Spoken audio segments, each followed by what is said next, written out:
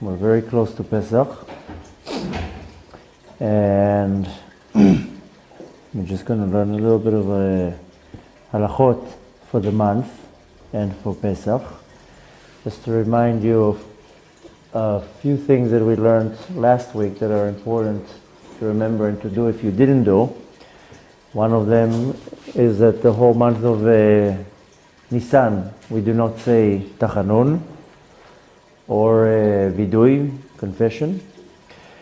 If you didn't say Birkat HaIlanot yet, then you have to find the trees to make the blessing on the trees. Excuse me? Well, better to do it now, but if not, you can do it till Pesach. What's the bracha for the tree? The bracha is long, you're going to need to take with you a Siddur.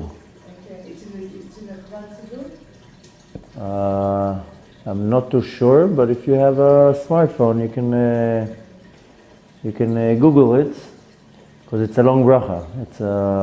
It's after you say the bracha, אלוקינו מלך עולם, שלא חיסר בעולמו כלום, וברא בו בריות טובות ואילנות טובות, ליהנות בהם בני אדם. I mean, that's not something you can remember. Better to go with something ready, with a siddur. I don't know in your siddur if you have it, but you need to find, we talked about it last week, we need to find 2 trees that they bear fruit. So I forgot the lady's name that was here last week. She placed a message on the group that she has 2 trees in her backyard, and anybody, Fruma, and anybody can go to her house. So try to do that. Another thing is what's called Ma'ot Chitim. Everybody has to give a little bit of charity for a communal account that helps poor people get their food. It's not a suggestion, it's everybody has to do it, even if it's 5 shekels, but you have to participate. Even if you have financial problems, you also have to participate in that, even if it's something very, very small. Can I give to you? You can give to me because we feed a lot of poor people, but don't do it now, we'll do it after the class. Okay. This coming Shabbat is Shabbat HaGadol. I'm just going to recap a little bit what we learned last shiur. This coming Shabbat is Shabbat HaGadol. You can go to watch the video to see all the rules that have to do with Shabbat HaGadol. But just remember it's the last Shabbat before Pesach. After Mincha we read a portion of the Haggadah. And it's important to know what it means. You can definitely look at the video that we posted last week. So now we're going to continue things that we need to do on Sunday. I mean, this year it's going to be Sunday. Somebody might be watching the video next year and it's not going to be Sunday. This year it's Sunday, and we have to burn the Chametz. We have to check the Chametz and we have to burn it. So first of all, it means that I have to clean the house for Chametz. We're not going to go through that, but needless to say, the whole house needs to be cleaned. If it's your home, there's no question here if everything has to be cleaned. If for whatever reason it's a big home or some of the rooms are not going to be used, you can gather all the stuff you don't want to clean into one room, close the room and sell the Chametz. We're going to learn today what it means to sell the Chametz. But if it's your house and you fully live in it, then you have to clean the entire house. If it's not your house, which is very important, then you clean your area. Many people, they live in with roommates or temporary housing or any other type of situation that would make the house not theirs. Then you have to clean your area, whether it's just your room or if you have a little piece of a living room. If you share, you have to clean at least the hallway where you're going to walk through. Basically, wherever you're going to be in Pesach, you have to clean for yourself. So you'll clean from the door till your room, in your room, If there's a bathroom, you clean in the bathroom. Believe it or not, some people do bring food into the bathroom. And sometimes not only that, there will be crumbs on the floor that will be pushed into the bathroom. So you want to do a clean in the bathroom. If you share a kitchen, that's where it becomes a little bit more challenging. But to make a long story short, because it depends, there's many different types of partnerships in an apartment. Sometimes you're a roommate, sometimes you're a guest, sometimes you're just renting a room. So the rule to remember is you clean your part. And of course where you're going to pass backwards and forth, and the rest is not your area, you don't have to clean it. Of course it would be optimal if it would be clean, but since it's not yours and you don't own it, then you don't have any obligation to clean something that doesn't belong to you. Needless to say, after we do the biur chametz, then whatever is there, it's not yours. And we're going to go through the rules of the bdika, of the burning, of the selling the chametz, because that we're going to do this Sunday, which means it's till Sunday everything has to be cleaned. Sunday evening, when the sun goes down. So we still have a little bit less than a week. And the bdika we do on this coming Sunday after the stars go out. So בלילה שלפני ערב פסח, בודקים את החמץ וחייבים לבדוק מיד בתחילת הלילה, דהיינו בצאת הכוכבים. The night before Pesach, which means the 13th day of Nisan, we must check the chametz. Have to check that there isn't any chametz, and it has to be done right after the stars go out. אסור להתחיל לאכול, לעשות מלאכה או ללמוד. You want to prevent from eating, drinking, working, or even learning Torah. The second the stars go out, you start בדיקת חמץ. חצי שעה לפני צאת הכוכבים, כדי לא לשכוח חובת הבדיקה.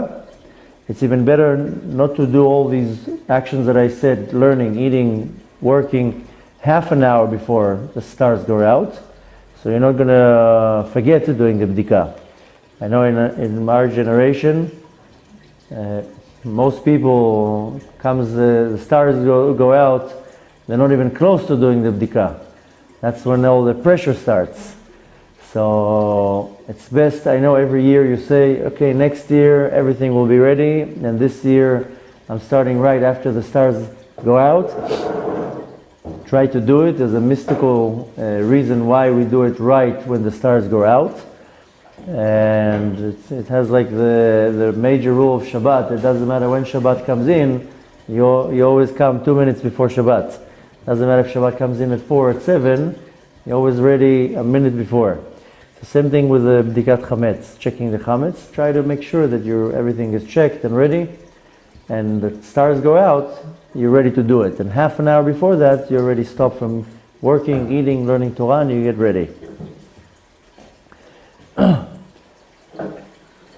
ואפילו התחיל באחד מדברים אלו יותר מחצי שעה לפני צאת הכוכבים, חייב להפסיק שיגיע זמנה בצאת הכוכבים. If you already started to learn, you started to eat, you started to do something, comes the time, best to stop.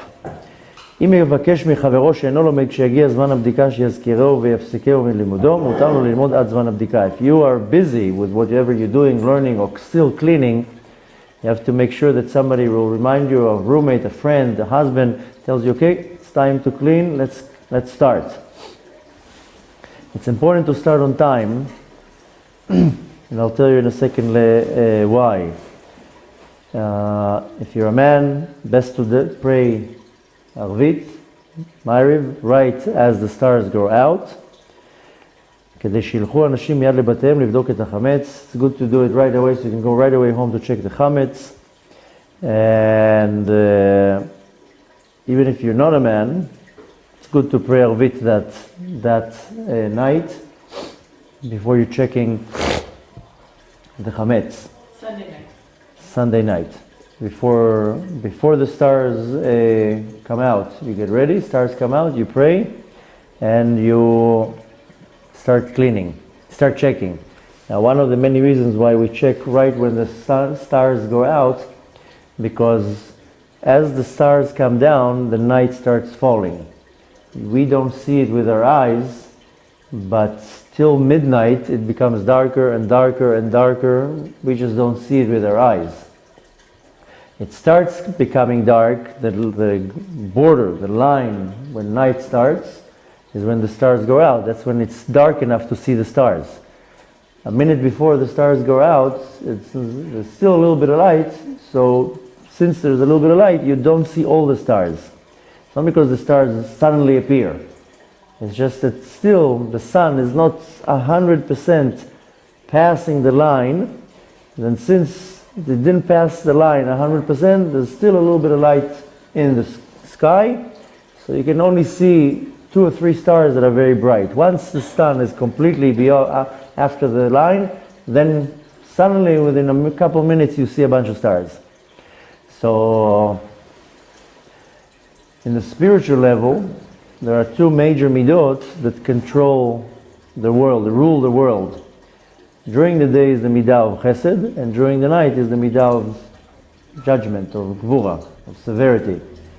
As the sun goes down, the chesed starts diminishing.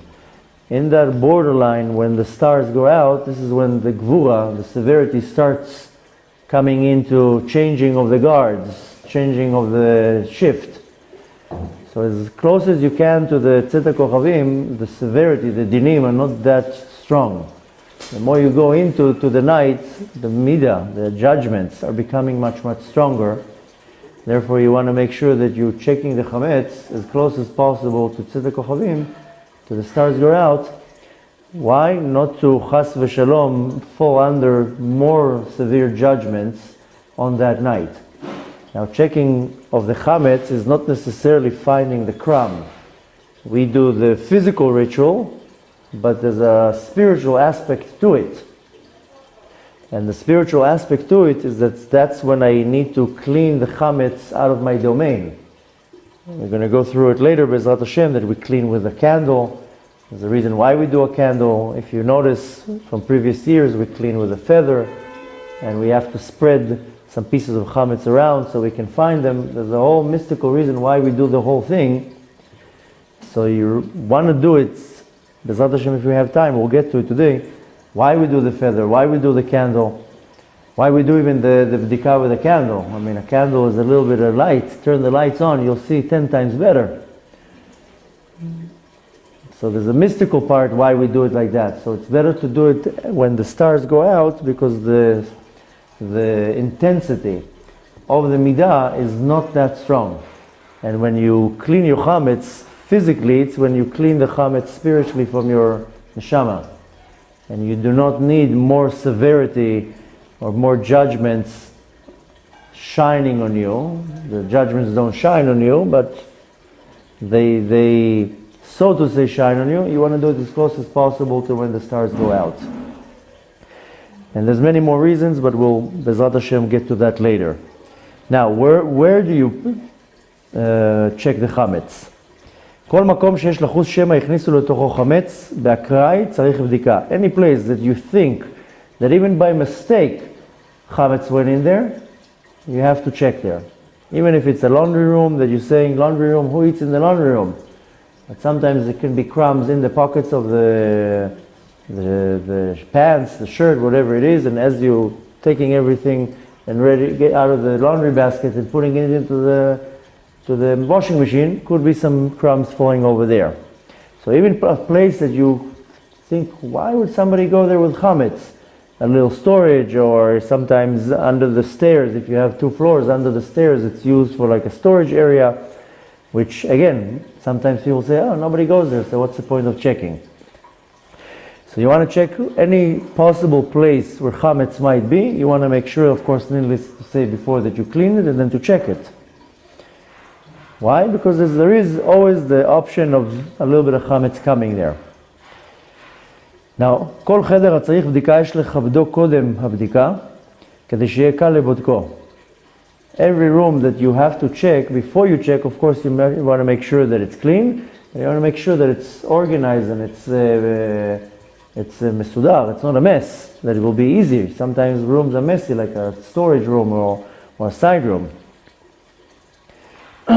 כמו כן יש לכבד תחת המיטות, שמא נתגלגל לשם מעט חמץ, ונגיד לכבדם ביום ג' כדי שיוכל לבדוק את הבית בתחילת ליל י"ד. You have to check all the rooms even in places like under the bed, under a counter, behind a closet. Sometimes people do, okay, I don't really live in this room, and they do it real quick. You want to make sure that you do it very thorough, and better to do it a couple days before.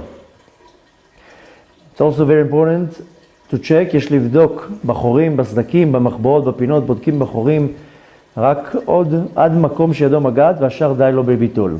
It's important to clean in little cracks between things, in holes, underneath places that normally your hand even can barely get there. But you don't need to go fanatic on places where your hand cannot reach. If your hand cannot reach, you don't have to start burning the house down. Yesterday, that's what sometimes people do. Yesterday we had help in cleaning the kitchen. So in our freezer, there's a place that has a little bit of like like these holes. I don't know if it's done for ventilation. I don't know why it's done, but it's not a place that you can pick up, clean, close down. There was like a little panel and holes, and I saw the cleaning lady there for 2 hours, and I was like, why is it taking you so long? She said, look how much chametz we needed. When I looked, I thought, first of all, it's ice cream. It doesn't look like chametz. But she was like, no, look inside. There's chametz. There's crumbs in there. There was no other option of even opening it. Sometimes there's a panel you can take out, clean, and put in. But for whatever reason, in this type of freezer, there was like a hole. That first of all, the holes were very small. With a toothpick, she was able to scrape in, but you could see in, and it was like maybe an inch going down, and you saw dirt in there. There's no way to get it. There's really no way to get it unless you sit there for weeks with a 500 horsepower vacuum cleaner to somehow get it out from there. I don't even know how you can get it out. Really, you can't get it out. She was going in with a toothbrush and toothpicks, and at some point I told her, listen, do a thorough clean, and we'll just cover it. That's it. You can't do it. There's no point to go too crazy over something like that, because you'll never get it out. The reason why I say burning the house, because some people take a blowtorch and they'll start burning it from above, because once you burn the chametz, you can't eat it, you can't have any benefit from it, it's not chametz anymore. So one time I did that many years ago when I thought that you have to go fanatic, and I started burning things. And I was like, okay, this is not a good solution, I'm starting to burn down the house. So this is where the line of insanity starts, and where you don't need to be insane. So you cover it. You cover it with hard foil, you seal it, and as long as you don't see it, as long as you don't have access to it, and when you sell the chametz, you remember, there's a place in the freezer that I couldn't clean. So sometimes there's places that you can reach, doesn't matter what you're going to do. So this is the line where you don't go crazy. You need to clean, you need to scrub, you need to scrape, but when it comes to a point that your hand can't reach in it, then it's enough. You don't. This is where you stop, and it's enough to do what's called the bitul, is to say, okay, this is where I can't get rid of it anymore. You want to ask something? Yeah. What if you got a vacuum cleaner and so like in the window cleaners, you've got all that crap that's in the window cleaner? So you want to maybe borrow a vacuum cleaner. If you want, we have an old one. It's not that great, but you can take it. But it's a little bit broken. But you want to borrow. Excuse me? It will suck. It's not a 500 horsepower vacuum cleaner. It will suck big dirt. It's not so great.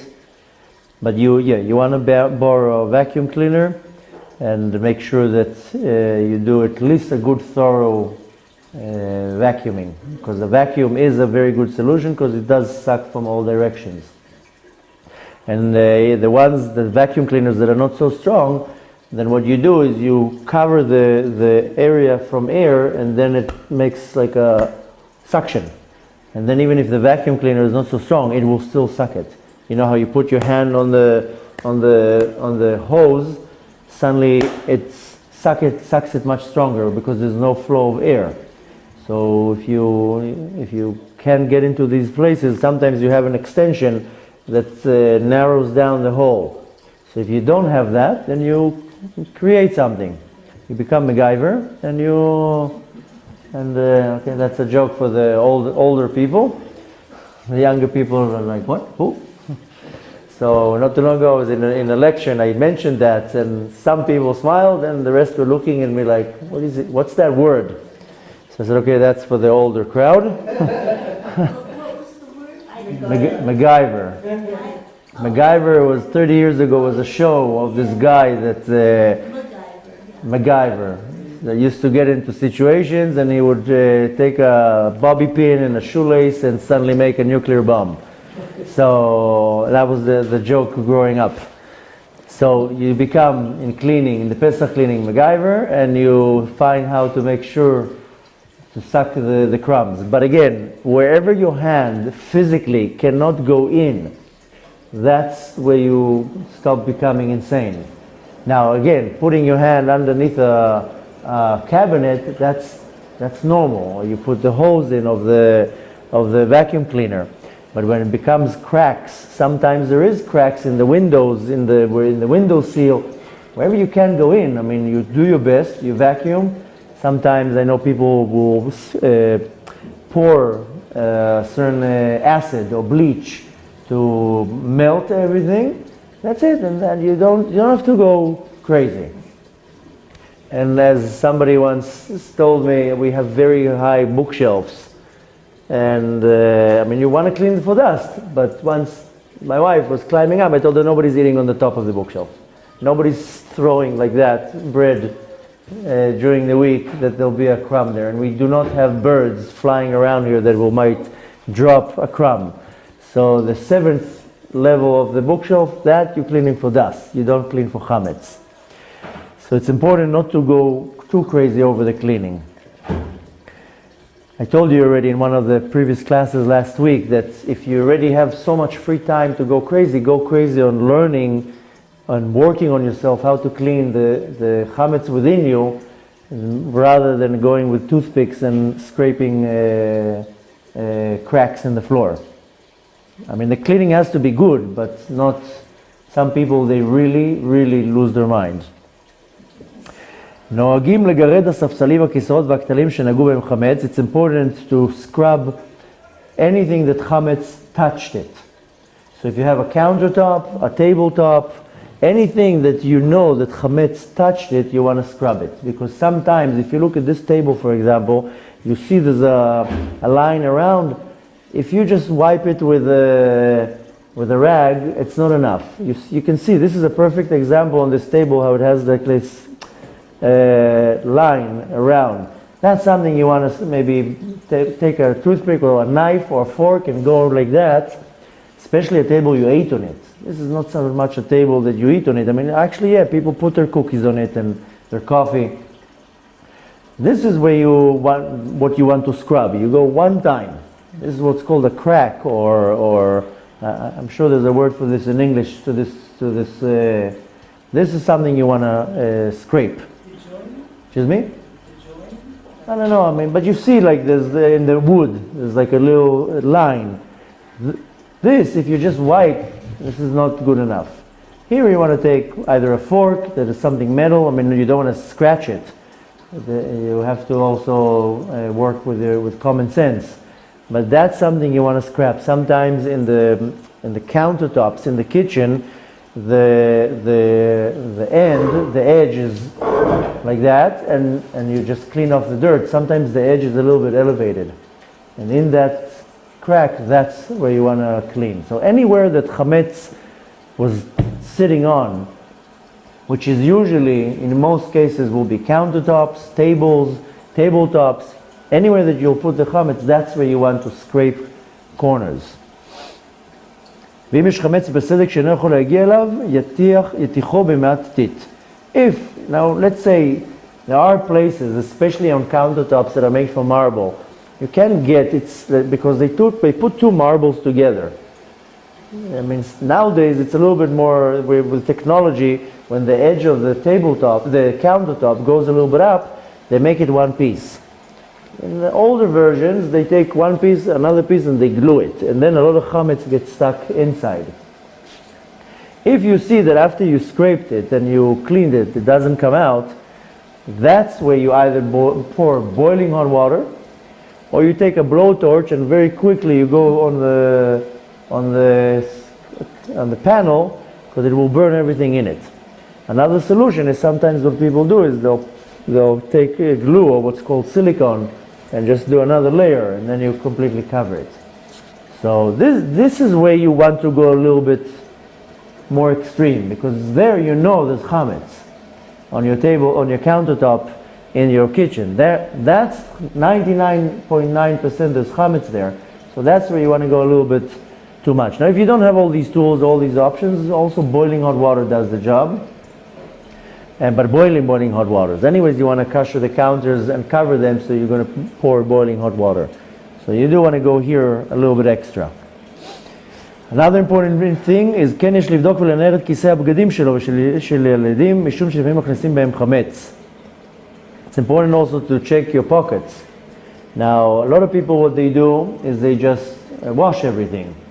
But you can't start washing your entire house, especially that most people, they have summer clothes, winter clothes.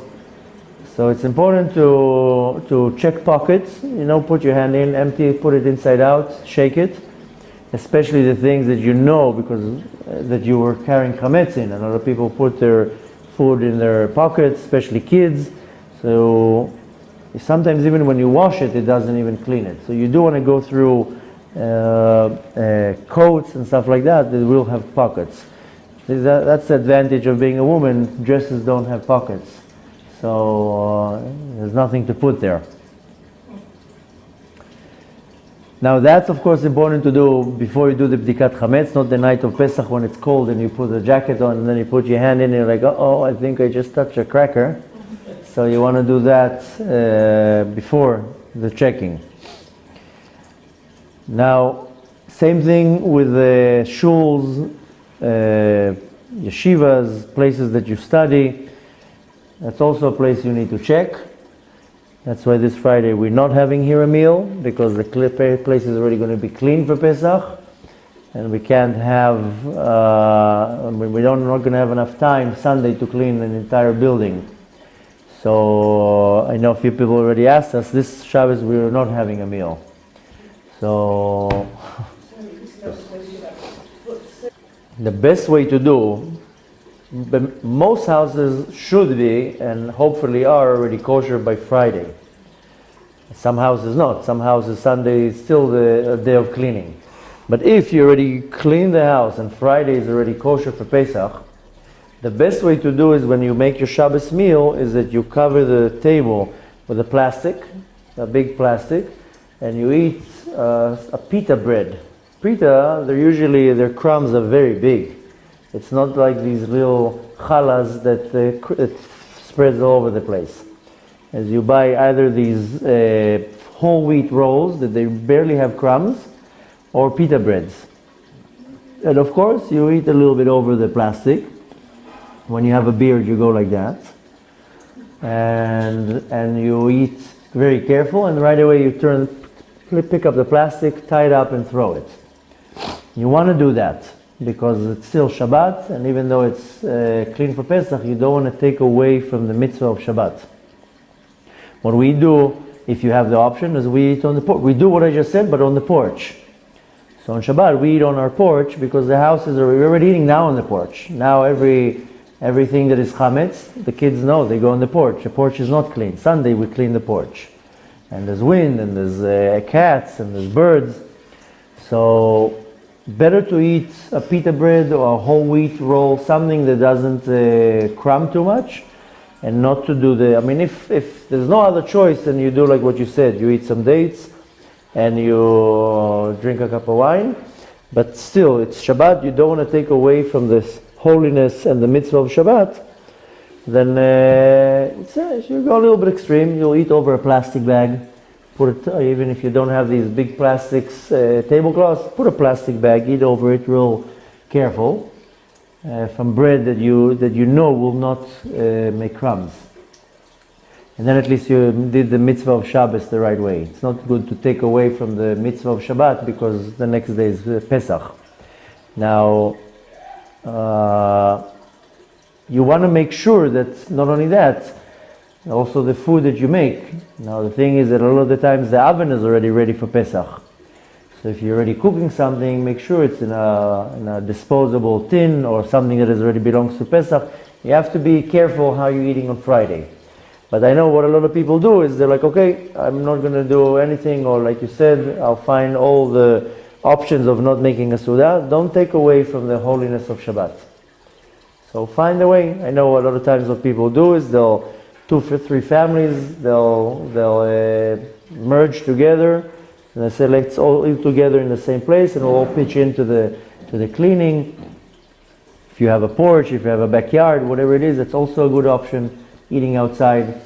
But the important thing to take from that is not to take away from the mitzvah of Shabbat.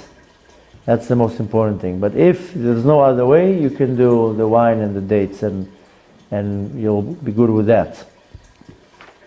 Okay, now finally we came to Sunday evening, and it's time to do the bdika. לפני הבדיקה יצניע את החמץ שמשאיר לאכילה. It's important that right before the bdika, any chametz that you have, you put away in one place. Now there's a few opinions. One opinion will say, it's fine, take all your chametz, put it in the closet, close the closet, put a sticker that it's chametz, and after that you sell that. There are more strict opinions that they suggest don't even keep the chametz at home. So your plates, your utensils that has the taste of chametz, of course that you keep. But if you have an open box of crackers, just give it away, eat it. Don't throw it, you can't throw food, but make sure you don't keep chametz in the house. If you have sealed bags of flour, fine, but anything that is open, better. Some opinions, especially the Rabbi of Tzfat, Rabbi Eliyahu, he says don't keep chametz at home, don't keep it at all at home. But that's a more strict opinion. Any chametz that you have, you gather it all together, put it in a closet, close it. Doesn't have to be one closet, can be 50 closets. You just have to mark it where the chametz is, but you have to separate the chametz and the rest of the stuff. נוהגים להניח 10 פתיתי חמץ קשה במקומות שונים בבית. There's a custom that we take 10 pieces of chametz and we spread them around the house. This is usually done, let's say with the wife, if the husband is doing the bdika, the checking, the wife will do that. And today everybody have a very easy life. Today you can buy a kit that has already these chametz pieces already ready, and they're sealed. So if you don't have the option of buying that fancy kit, then you take a little bit from the pita bread that you had for Shabbat, that is already hard anyways. Wrap it a little bit with foil, like this, make little Hershey's out of it. You know, you put a little piece, wrap it with foil, and you spread around the house 10 pieces. And if you by yourself, then you do it yourself. If not, the best is if the wife will do that. Don't let the kids do that, because they'll hide it in places you'll never find. And, you know, there's also the chance that they're going to mess it up and crumbs are going to be everywhere. But if it's possible, let the wife hide it in normal places, then the husband will, in the bdika, will need to find it. Again, you want to make sure you put it in foil or some way that it's not going to start spreading around. Then, bodkim לאור נר שעבה יחיד, you want to check with a candle of wax, and not like the type of havdalah that has a few flames, that has one wick. And also, ועל ידי נוצת עוף, you want to take a feather that belongs to any type of bird, better a chicken, and you check it with a single wick candle and a feather,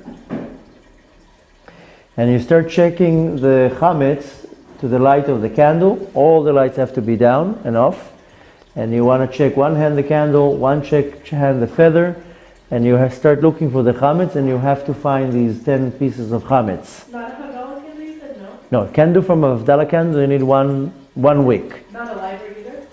A lighter? No, it has to be a candle that's made out of wax. Okay.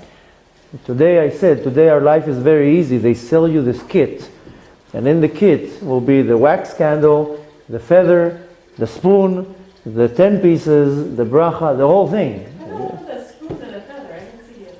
You didn't see the food? Just a spoon and the feather. But, you mean the kit with the 10 pieces? No. The kit I got just has a spoon and the feather. No candle?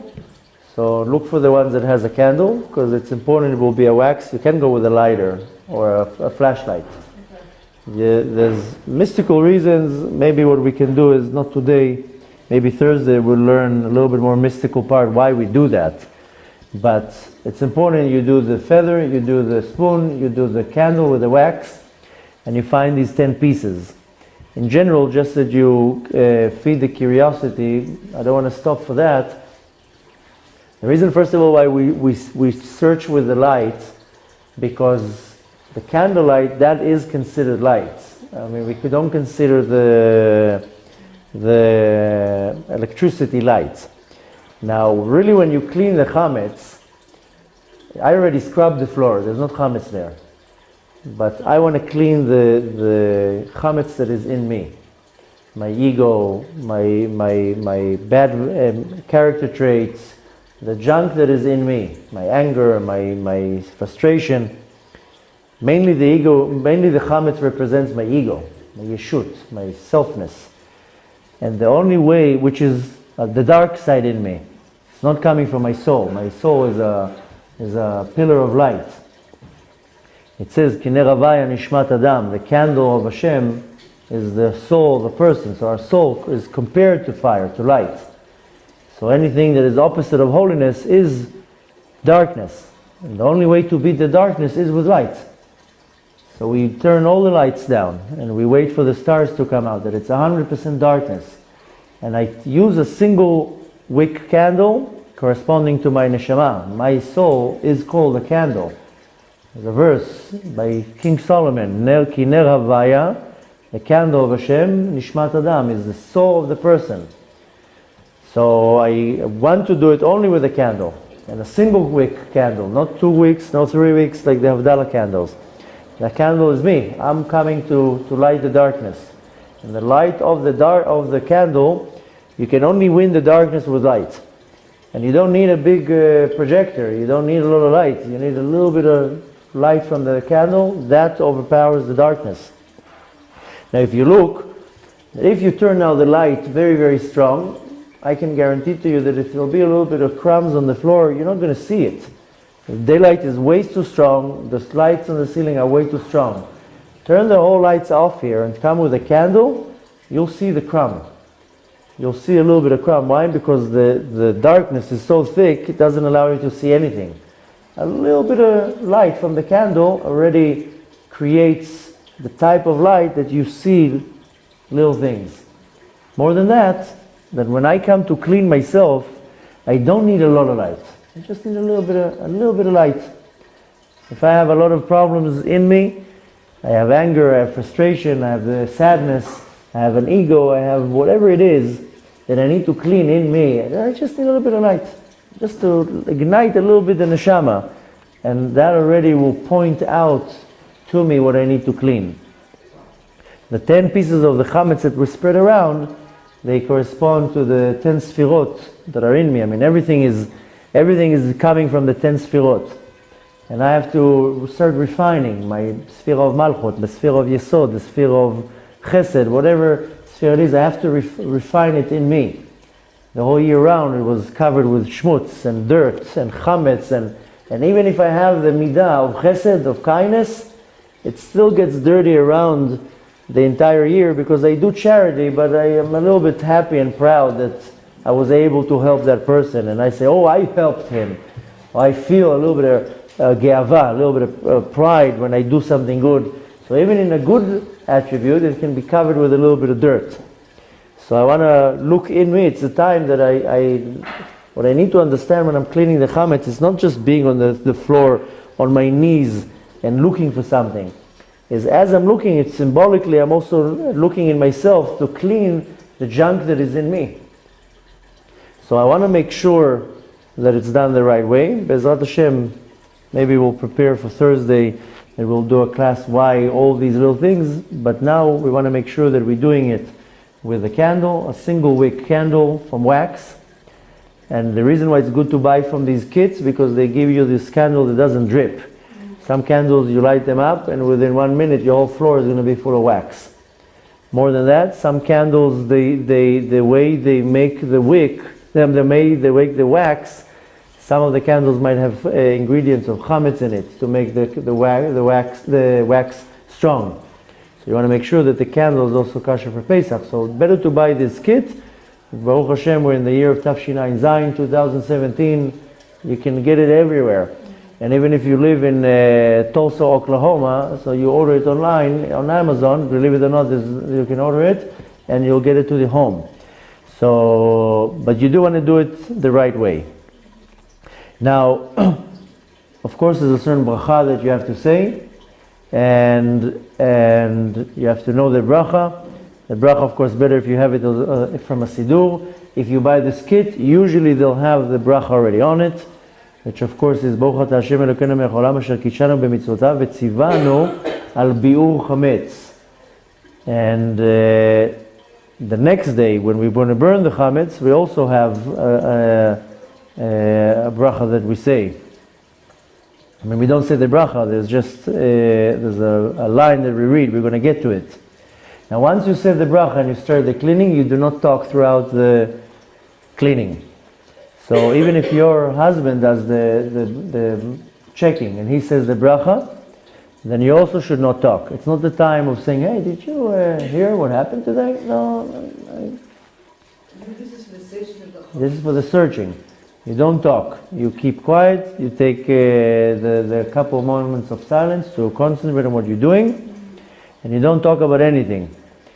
Another thing is, Yamid b'nei beito etzlo lishmoa bracha. It's best to gather everybody that is in the house. Where if you're just yourself, then it's just yourself. But if there's a husband, kids, everybody has to stand there. They have to hear the bracha. V'ivdeku ish b'mekomo meyuad. Now, if you have roommates or you live a couple people together, then you all together do it, and each one goes to check their area. You want to do it together. And of course, not to talk in the meantime. ייזהרו לבדוק תחילה בחדר הסמוך למקום שבו שמעו את הברכה, ולא ילכו תכף אחר הברכה לחדר אחר. Now, if you have a few rooms in your house, and you're standing in the living room, and you said the blessing in the living room, first check the living room. If you said the bracha in the dining room, first check the dining room. You always check the room that you said the bracha first, and not to say the bracha in the bedroom and go to the living room. Once you're done the checking, you take a bag, put all the chametz in it. It's best to take a paper bag, because the next day when we burn the chametz, you just throw the whole thing in. And you don't want to use plastic bags, because if you have your own bonfire, the plastic makes this wax, since it's made out of oil, can make a fire. It's more flammable, can make this black smoke, and you want to keep it to the minimum. A few years ago, I usually try to have my own bonfire, and a few years ago, so a few neighbors like, "Oh, you have your own? I want to come." And one of the neighbors that came, I don't even know what they threw in the fire. Suddenly, at a Pesach, the whole house was thick smoke. And I was like, "What did you throw in there?" And we had to turn the fire out. So we had to make a new one, because the chametz was not burnt. And then it was already full of water, so it didn't burn. It became a whole big problem, and this was done half an hour before the time to burn the chametz. So I try not to put anything that is flammable, like plastics and stuff like that, in the fire of the chametz. So it's better to take a paper bag. Like, it's very easy to get one. You go to any bakery here, where they give you the pastries, they have these paper bags. Just put the chametz in it, because later on we're going to throw it to burn it. Best also to put in it the feather, the candle, if anything is left. Everything that you use for the bikat chametz, put in that bag. Yatof hakol beniyar. If you have the spoon, it's good to to tie it and just leave the spoon handle hanging out. If you can, tie it with a rope or something that the chametz is in and not going to be moved, and put it aside, and tomorrow you can burn it with the chametz.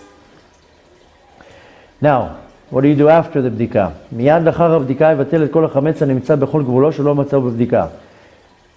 Now, like I said, we do the cleaning, we do a thorough cleaning, but the main canceling of the chametz is in your heart. So after you cleaned, after you checked, after you made sure you did the checking, now you have to uproot the chametz from your heart. What does it mean to uproot it from your heart? עיקר הביטול הוא בלב. כלומר, שיחליט בליבו שכל החמץ שברשותו כאילו אינו קיים ואינו חשוב ככלום. Once you did the checking, after the cleaning, and after you did the hard work for a couple of weeks, you have to take to consideration that now in my heart I'm saying, okay, if I did forget a crumb here and there, or there's a pocket that I forgot a crumb, or one crack I didn't clean, I'm in my heart accepting that I don't have any more chametz. This is called the biur, taking it away. I'm totally uprooting it from my domain. והרי הוא כעפר וכדבר שאין בו צורך כלל. And now my chametz, if I do have any, it's like ashes, it's like sand, and I can't use it for anything. ותקנו חכמים שהוציא הדברים הללו בפיו, and our sages gave us a verse to say in Aramaic. If you don't understand Aramaic, don't say it in Aramaic. I mean, you can read it just for the sake of reading it, but you have to understand what you're saying. And the verse, the translation is that any chametz or leaven that I have in my possession, that I can't see, that I didn't burn, that I don't know of, any type, is going to be cancelled, annulled, and it's going to be like hefker. Hefker doesn't belong to me, and it's going to be like ashes. Now, really what you want to do, you have to understand, if you remember last week we learned about the order of the sacrifices in the book of Vayikra, and I explained that the sacrifice is a process that we need to look at and to understand that's what I need to do, and that's what would have done to me if Hashem was a little bit less kind. If you remember in the class I mentioned that first you slaughter the animal to take all the blood out, then you cut the animal, you skin it, you take pieces out. If you go by the order of the sacrifice, that's what I need to do in the spiritual level. Same thing here in Pesach. So physically I clean the house, but through the entire month or a week or 4 weeks that I clean the house physically, that's when I have to clean myself spiritually. That's why I said don't go fanatic on the scraping of the floor. Take half an hour of your time, instead of being on your knees to scrape, sit with yourself and say, okay, how am I cleaning my neshama? Obviously I have a lot of chametz. Chametz is what makes my ego to inflate. So I have anger, I have anxieties, I think bad about other people. I have all these things in me they need to be cleaned. So being on your knees and scrubbing is very good. But also you take half an hour of your time and you're saying, okay, let's be real. If you remember last week we had a lecture about the whole point of the cleaning of chametz is admitting. It's just admitting, yes, I have a problem here, I have a problem here, not to look at another person and says he has a problem, she has a problem. That's very easy to do, to point a finger at who has problems. The point in Pesach is to say, okay, I have chametz. I have a problem with judging other people. I have a problem with whatever it is. But that's the cleaning of the chametz that you do, because I want to be free. The next lecture we're going to have today is about what is real freedom, because Pesach is the holiday of freedom, and we all are stuck in slavery, and we're stuck like in jail, and we're not free.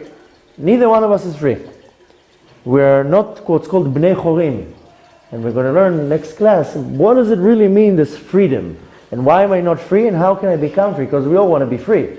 I want to be free from my problems. I want to be free from debt. I want to be free from chas v'shalom physical problems. I want to be free. More than that, my neshama is in jail. My neshama is in jail because it has all sorts of barriers and limitations that I'm in jail. So the whole holiday of Pesach is to go out of jail. Pesach is called Chag HaChirut. It's not called Chag HaPesach. It doesn't say in the Torah even Chag HaPesach. In the Torah it's called Chag HaMatzot, the holiday of matzah, or the holiday of freedom. Our sages added the name Pesach, Chag HaMatzot, Chag HaPesach. So the cleaning is, yes, because I can't have chametz in the house, because the halacha is that I'm not allowed to see, eat, or own chametz. But that's where the cleaning is. But it has to be parallel, the physical and the spiritual. So I'm scrubbing the floor, scrubbing my neshama. So the whole time that I'm taking to clean, yes, I need to clean because I can't own or eat or see chametz. But it has to be also in my heart. That's why we're having all these classes, just about Pesach, because Pesach is the preparation is not less important. If I come to the night of Pesach and I did not prepare myself spiritually, then the night of Pesach is not going to affect me so much. And the class that we're going to have after this class, we're going to go some stages and what is the real freedom, and we're going to talk about it, that what happens on the night of Pesach is a very special night.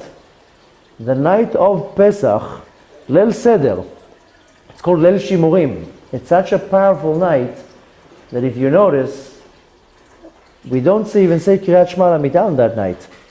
We leave the door open. We don't do anything. We're 100% protected by Hashem. And what happens spiritually and mystically on that night, we're going to learn in the next shiur. I have the most auspicious night of the year. Some of our sages say that Pesach is the holiest night of the year, more than Kippurim.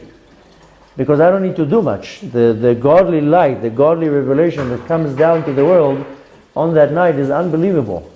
And what I can achieve that night just by observing the holiday, then I can reach to the highest level of the peak of what my neshama can reach.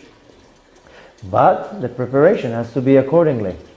And we're gonna learn next class, that what's happening that night. So the preparation is extremely, extremely important. That's why the last couple of weeks, that's what we're learning about, Pesach. What's Pesach? Why the whole story? If you notice, our entire being is wrapped around Pesach. Every day we're mentioning Yetziat Mitzrayim. Every day. When we pray, when we bench, every Shabbat we do Kiddush, Zecher L'Yetziat Mitzrayim. Everything that we do is Zecher L'Yetziat Mitzrayim. Because our entire focus is around the concept of going out of Egypt. And now is the day. We're commemorating the day. You know how I always say in my lectures about the night of Pesach. It's an auspicious time. It's the time where this godly light came down to the world 3,300 and something years ago and permeated the power in the world that any individual can go out of their Mitzrayim, out of their limitation. And that's the night I can hit the jackpot.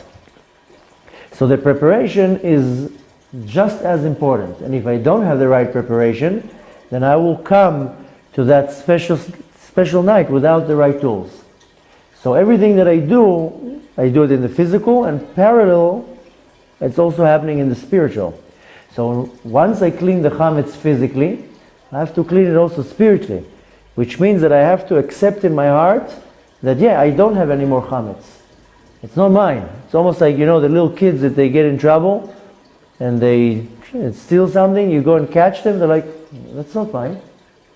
But I found it in your bag. No, somebody put it here. It's not mine. And they're so convinced, or they're convincing themselves, or they do whatever they can to make you think and believe it's not theirs. So you want to do the exact same thing with your chametz. It's not mine. I don't know where that crumb came from. It's totally not mine. So after I did this whole entire bdika, I have to accept on myself, I don't own any more chametz. When I uproot it from my heart, I'm saying, okay, now I took on myself, there's a lot of chairs over here. Now I'm taking from myself that I don't have any more chametz, and I accepted already that my system is clean. And that's extremely important. And then we say this pasuk, and again, if you don't understand the Aramaic, say it in the language you understand, but it's important to say it, and you annul the chametz that is in you. And again, it's extremely important that you say it in a language that you understand and that you understand what you're saying. I know a lot of people say the Aramaic and then they didn't understand what they're saying. After, you have to be very careful with the chametz that you leave for the next day. Put it all aside. Whether you're going to eat the chametz, whether you're going to burn it, but you put it aside. That nobody's going to move it. That no crumbs are going to come, going to spill by the kids or chas v'shalom an animal. And you want to put it in a special place. Now the next day, this year it's going to be Monday. בערב פסח בשעה חמישית של היום, לפי שעות זמניות הנחשבות מנצח חמה עד השקיעה. On the day of Pesach, what's called Erev Pesach, the morning of Pesach, 5 hours after of dawn, יעשה מדורה, you have to make yourself a little bonfire, כדי לשרוף את החמץ וישרפנו ויבטלנו, you have to burn your chametz. So today, in most communities, you will find a big bonfire, a big barrel where they make a big fire, and the fire department is already standing there for security. If you can't, then you get yourself a big metal tin or metal bucket or whatever it is. Of course, not to start burning down the neighborhood. You make a little bonfire. And you throw all your chametz in it. And you have to have some chametz. So the 10 pieces is not good because you will have them in the foil or in whatever bag it is. Better to keep a little bit of chametz. That's another reason why on Shabbat you want to have maybe a pita bread or a roll because you want some of your own chametz. Now if you clean the entire house, you don't have any chametz. You have to burn chametz. So it's good on Shabbat, eat a pita bread, keep a few pieces that you can break it in and you can actually burn it, and you want to see that the chametz is burning and it becomes burnt completely, toasted. If 20% of it got burnt, that's not burning the chametz. So you want to take a little piece, even if it's a little piece of bread, and you make sure that that bread is toasted to ashes. Now, once you throw it in, you do what's called bitul. You annulling it. בביטול זה יאמר נוסח של חמיר השני. After you do the bitul, you're saying the next time the verse. There's no bracha, there's no blessing when we burn the chametz. But you do say another verse of this bitul chametz. Again, it's originally in Aramaic. But if you do not understand the Aramaic, then you say it in English or in Hebrew or whatever language you understand.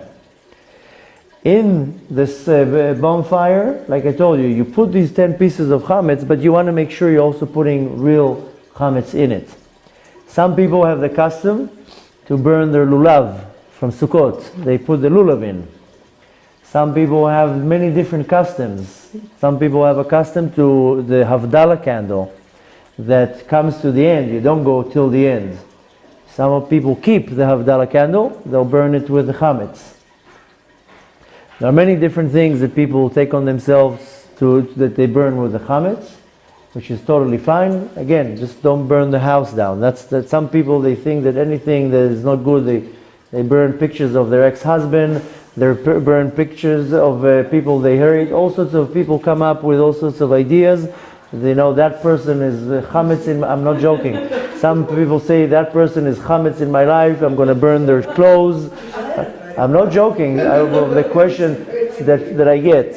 Some people tell me I can't stand my ex-wife. Can I burn her clothes? All sorts of crazy things. This is not chametz. A little bit of bread, a little bit of wheat, something that is done from wheat. And yes, it is customary that people burn their lulav.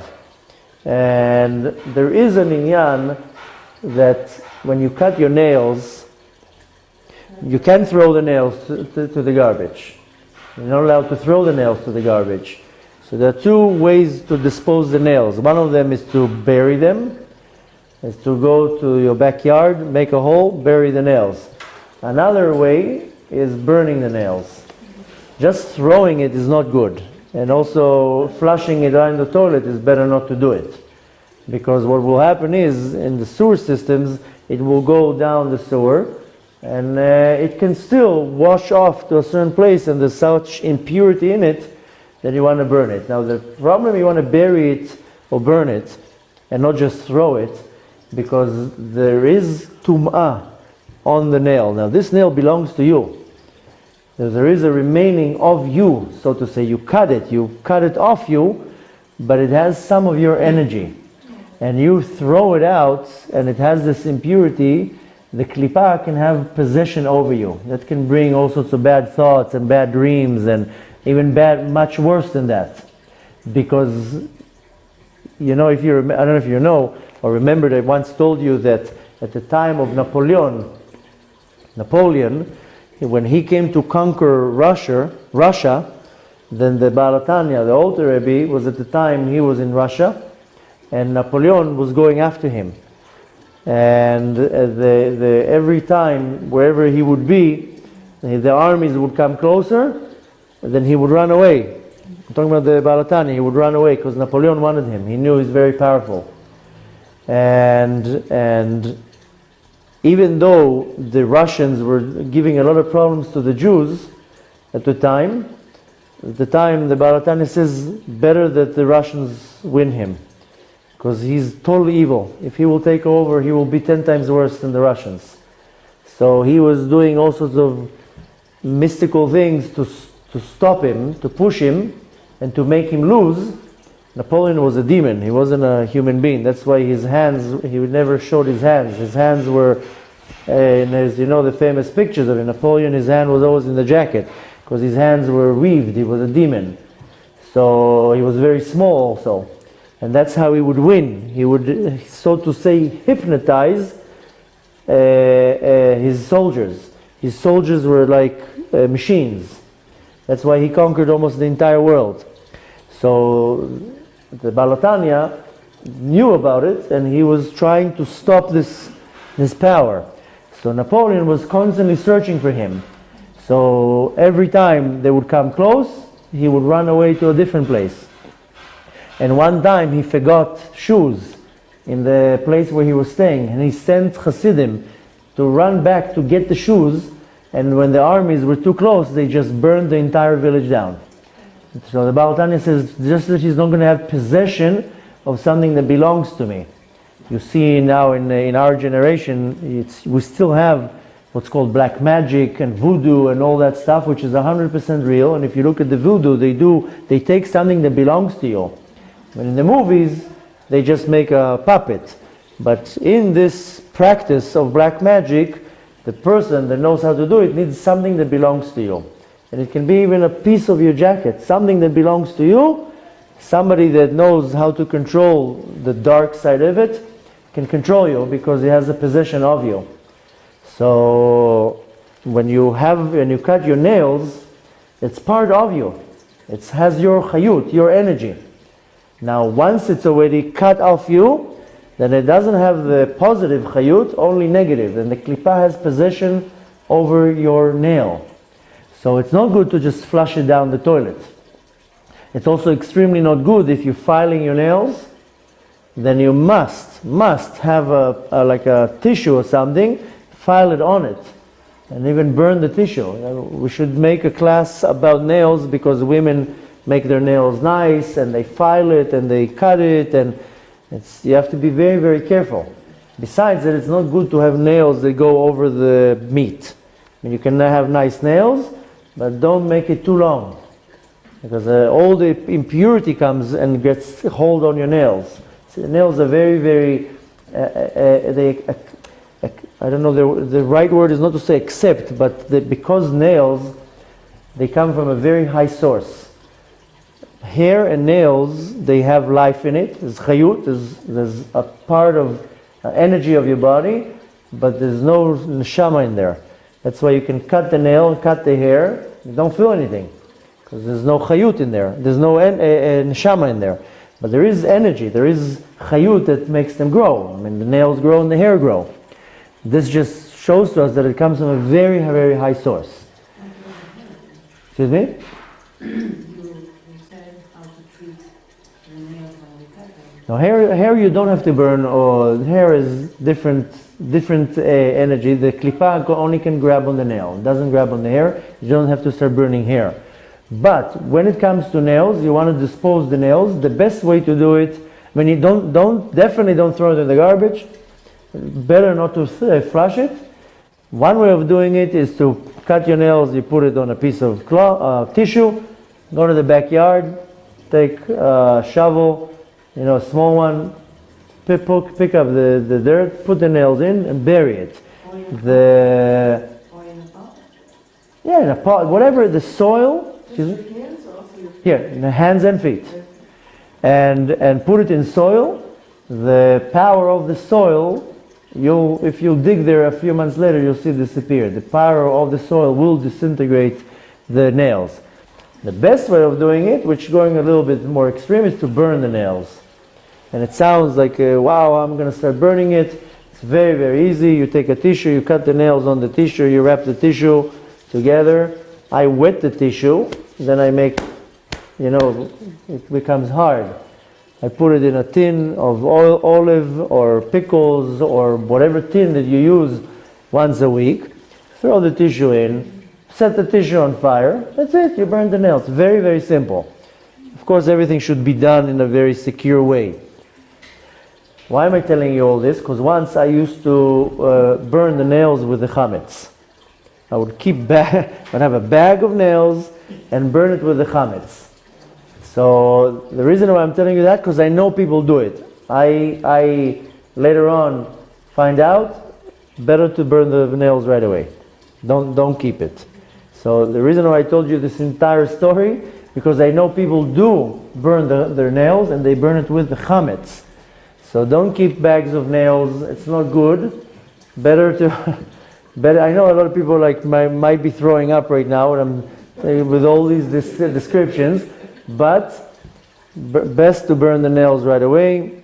Take the whole nail thing serious, because it does have a lot of power of impurity. The reason why the Shulchan Aruch says about the nails, tzaddik kovran, tzaddik buries them, chasid zorfan, a chasid burns them. Because a tzaddik says, no, it's enough to bury them. A chasid that says, I don't want to even take the option of maybe a dog will dig it out, something that maybe chas v'shalom will get harmed by it. I'm burning it completely to ashes, that there's not going to be any remaining of this nails. So again, the reason why I'm telling you all this is because people keep their nails till Pesach, to burn it with the chametz. Burn the nails right away, don't wait till Pesach. Let's just go one more part and then we're done for today.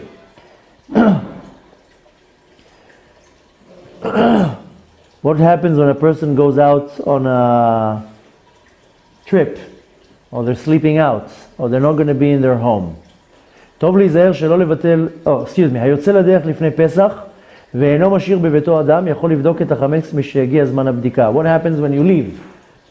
Now people leave on a vacation, go to their parents, whatever it is. When do you do the bdika? First of all, I know a lot of people say, I do not feel like cleaning, I'm just selling the entire house and I'm going to go to my neighbor. It's still good to clean the chametz and you still have to do a bdika. So even though you selling the house.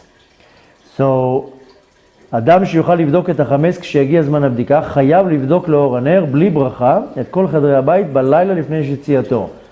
If you're leaving the house, let's say the time of the burning came and you're driving just 2-hour drive to your parents, you still have to do everything the same thing. But if you're leaving a day before that you can't say the blessing for the check, then you check just without a blessing. ומיד אחר הבדיקה יבטל את החמץ שלא ידעו לו ולא מצאו בבדיקה. And right away you annul you uproot the chametz, like we said. If you have a little bit of bag of chametz, wherever you're going to go, burn it over there. But you still need to clean the minimum of cleaning. You do the bdika. If it's a day before, you do it without the blessing, and then you sell all the chametz. But it is important still to do it. I think what are we going to do? Okay, we're going to leave. We'll stop now. And at the place that you're going to spend Pesach. Excuse me? The burning. No, I mean, the thing is that the burning has to be done the morning of Pesach. So if you're leaving 2 days before, take a bag of chametz and burn it over there. A lot of times what happens is that people, let's say I live here and I'm going to spend Pesach by my parents that live 2 hours away. I can still do everything till the morning of Pesach, burn and then go. Now we're talking about if somebody goes a day before, 2 days before, you fly, people fly out for Pesach, you clean the house. I know most people already say, I'm not going to be here, I'm not going to go crazy. Still clean it, still clean the chametz. You can still do the bdika, just without the bracha. And I mean, if you're flying transatlantic, don't carry a bag of chametz with you. I'm saying, some people, let's say somebody lives, I know somebody who's flying tomorrow to America to do the Pesach in America. They're going to their in-laws. They don't need to carry a bag of chametz with them. They'll just do it over there. They'll take a roll and do the burning. Don't you burn your own chametz? Yeah, but you can still own your own chametz when you're there. That you put in the house and that you gather. But that's exactly the thing. They're not going to do it there. So in this type of situation, they clean their house, they seal the house. Now they're going to have a room where they're sleeping. So I told him, put the chametz in the room where you're going to be sleeping. Do the bdika without a blessing. And the next day you have a little bit of your own chametz, but you, in these few days, eat yourself a roll or something, and then you burn the chametz. You don't have to fly transatlantic with a bag of chametz. It's no point for that. The point is that if you're leaving the home way before Pesach, you can still do the bdika without the blessing. And where you are, you can burn a little bit of chametz and participate in the bonfire, throw a little bread in it.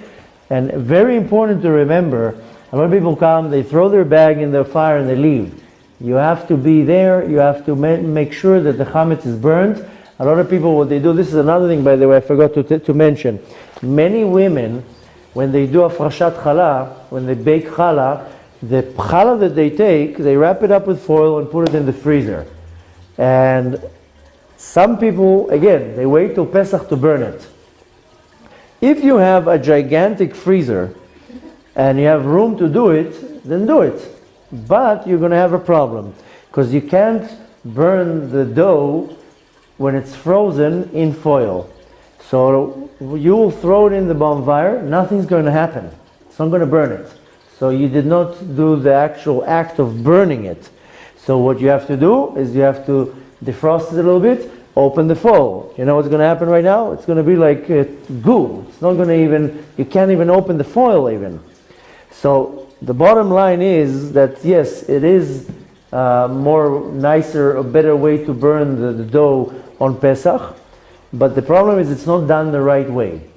And then the dough doesn't get really burnt. So what happens is, one time, that's what my wife did, we had a freezer full of bowls. Anybody who would come close to Pesach, open the freezer, bowls of foil will come out because there was no room to put it. Every Shabbos Achala, the whole freezer was bowls. And then first Pesach, we threw the whole thing in the fire. And I'm standing there and I'm like, what am I doing? This is never going to burn. It's going to take it half an hour just to defrost. And then it's in the foil. How am I going to get it out now? So it's not going to burn. So the next year we started opening it all. And it was so sticky that I couldn't even open it. And then it was cold and damp and the fire did not grab on it. It did not burn it well. The best way, hopefully you are doing the mitzvah of frashat challah. So you burn it right away. Put it in an oven, high heat, or put it on an exposed fire. Burn it till it becomes completely burned from the outside. That's it, you throw it. I'm talking about the piece that you separate from the dough. If you want to do it on Pesach, you have to be very particular that piece of dough has to be burnt completely. The external part, that it cannot be eaten by any animal, that cannot have any use to it. Therefore, my recommendation is don't collect bowls of foil of dough in your freezer, and that way also on Pesach it will burn much, much better. But you do need to make sure that the chametz that you throw in the fire has to burn. You can't just throw a bag and leave. You have to make sure that it's burned that it burned to a point that nobody can have any benefit from it. Not an animal, not anything. If you have a pita bread and only the side of it is burnt, that's not burning the chametz. That's one meditation, but it's so easy to concentrate. Seeing your hands burn.